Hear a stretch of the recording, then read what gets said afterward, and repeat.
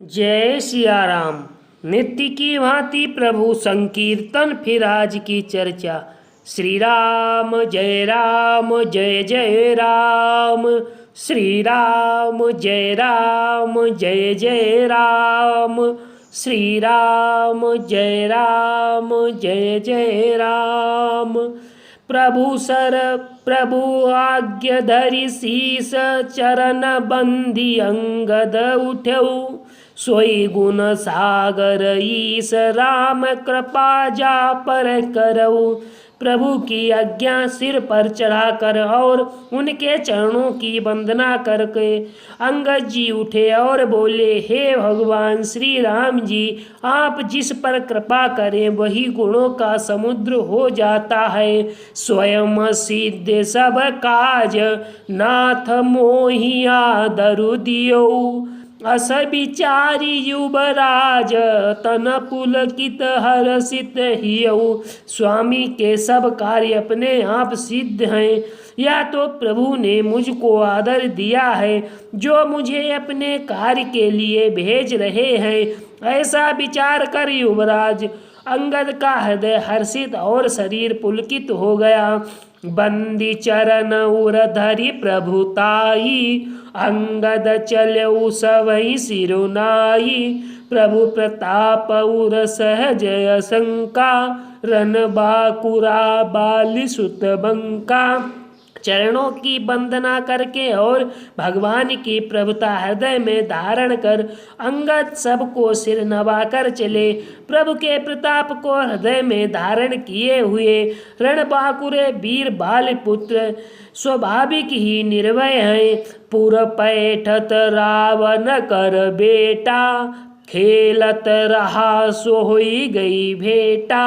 बात ही बात कर सबड़ियाई, जुगल अतुल बल पुनि तरुणाई। लंका में प्रवेश करते ही रावण के पुत्र से भेंट हो गई जो वहां खेल रहा था।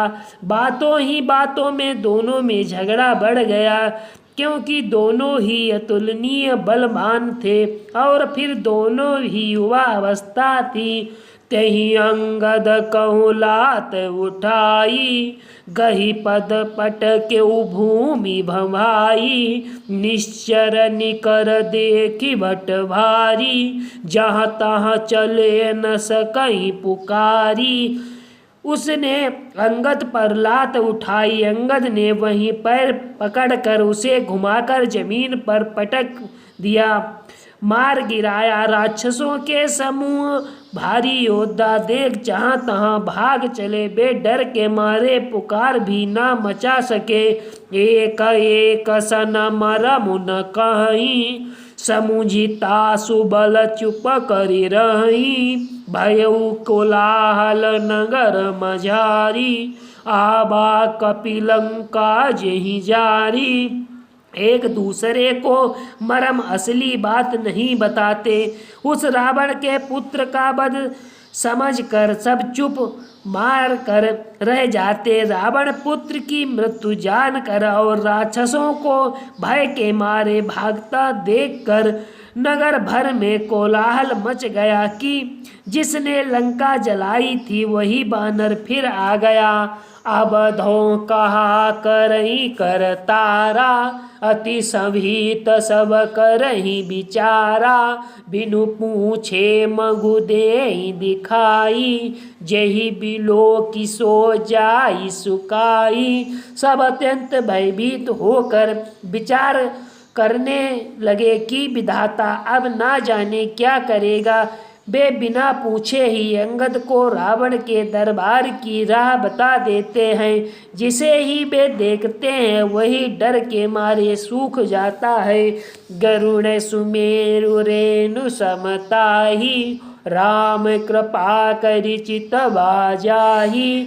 गयउ सभा दरबार तब, सुमिरी राम पद कंज सिंह ठवनहित उत चितव धीर वीर बल पुंज।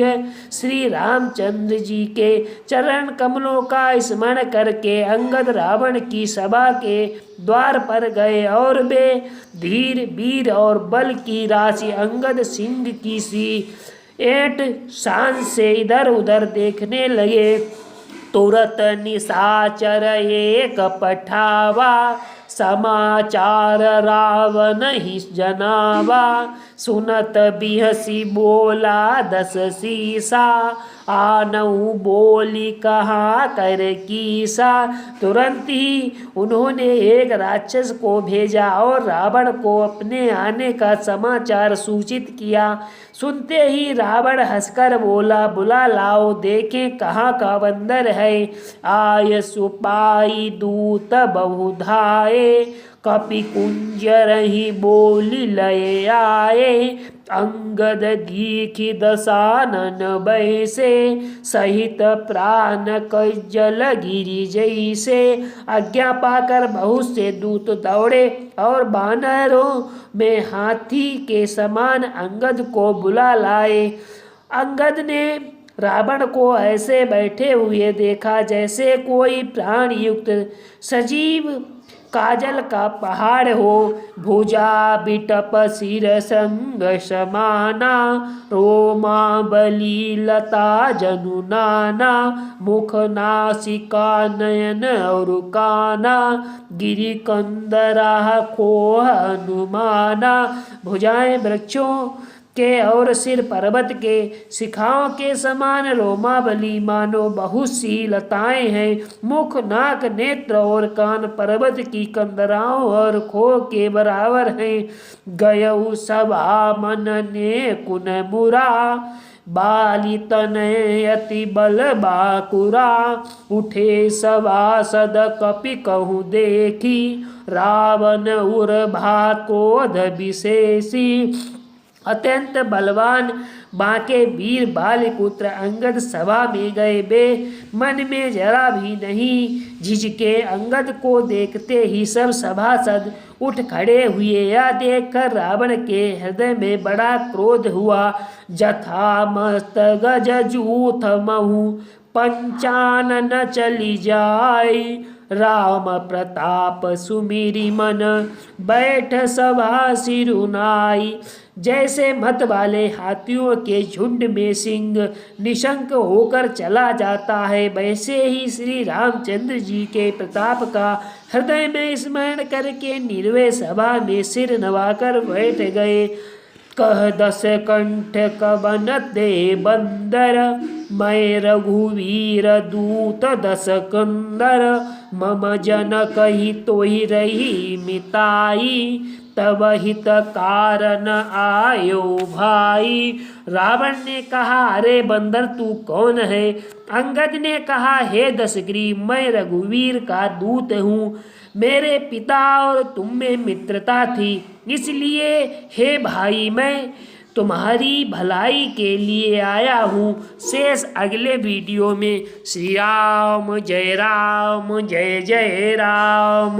श्री राम जय राम जय जय राम। श्री राम जय राम जय जय राम। जय सिया राम। सीताराम नाम महाराज की।